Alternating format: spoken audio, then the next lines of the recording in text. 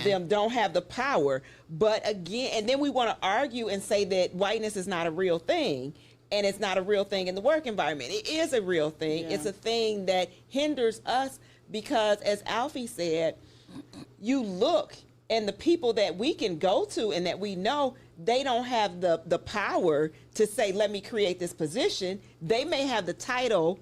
Yeah. They're up here. Yeah. But the power to say, let me create this position. But on the other side, these folks, these mediocre folks. Yeah. Their people have the power right. to create and move them and put them in. And I think it's a testament to the fact of when you look at who's laid off and the highest number, specifically when we talk about black women in this. And then I always say, too, is one of the things, black women losing their job because we care and we want to help people. When I tell you, when I think about my corporate experience, and I was the helper. I was the one with the line outside of my office door. Yeah. To help everybody, to advocate for folks, to go to bat. That's just who we during are. Those talent reviews, during those investigations, during those ombuds meetings and such. I'm going hard, right? That didn't serve me. Right. Yeah. Ultimately, it didn't serve me. Yeah. And so I think about, one of the, again, because everything happens for a reason and it's a journey. Right. And so I think about how I show up in my next role and being more strategic about the coaching, the mentoring, the advocacy, the allyship that I offer. I'll say, piggyback on what you said, your network. What I have found during my seasons of loss, losing a job, people that I don't know are the ones who have helped me. My last job, I met someone at a networking event, didn't know her from Adam. People were asking, what do you do? I said, I just got laid off this week. And she said to me, this woman said to me, we need to talk. And so we didn't get a chance to connect, but she sent me a message weeks later on LinkedIn, and she said, I was at a meeting with chief diversity officers, and someone said they're looking for someone who does DEI but specializes with talent acquisition. Here's the role. Let me know if you're interested. And if you are, contact the chief diversity officer at this company. That's how I found out about the job.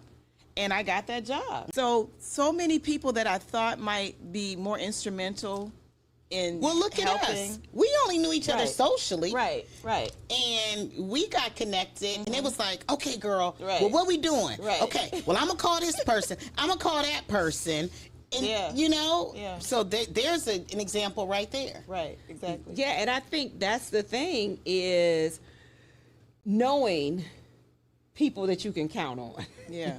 And what I've learned in this journey is many people will say, I will help you or let me know what you need. Right. And then letting I know what I need, I don't know what I need. Yeah. Like I remember when I first was laid off this time, people kept saying, well, what do you want to do?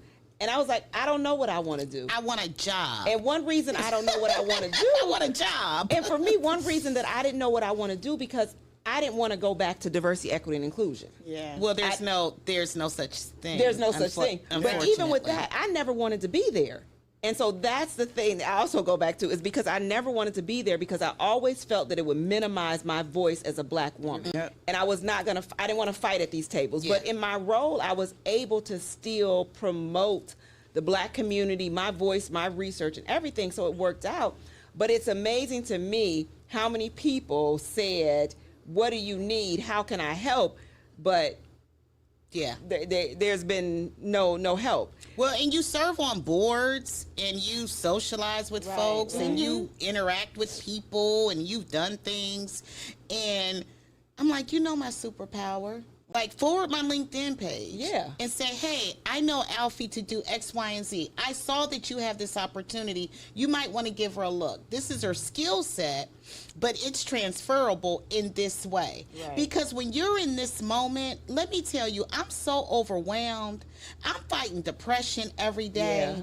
Like, I cannot articulate what I need, what I want. Right. And I'm not saying that I want you to do it for me, because what I do know is that faith without works is dead. So I know that I've got to do what I got to do for me. But if you see something, help me.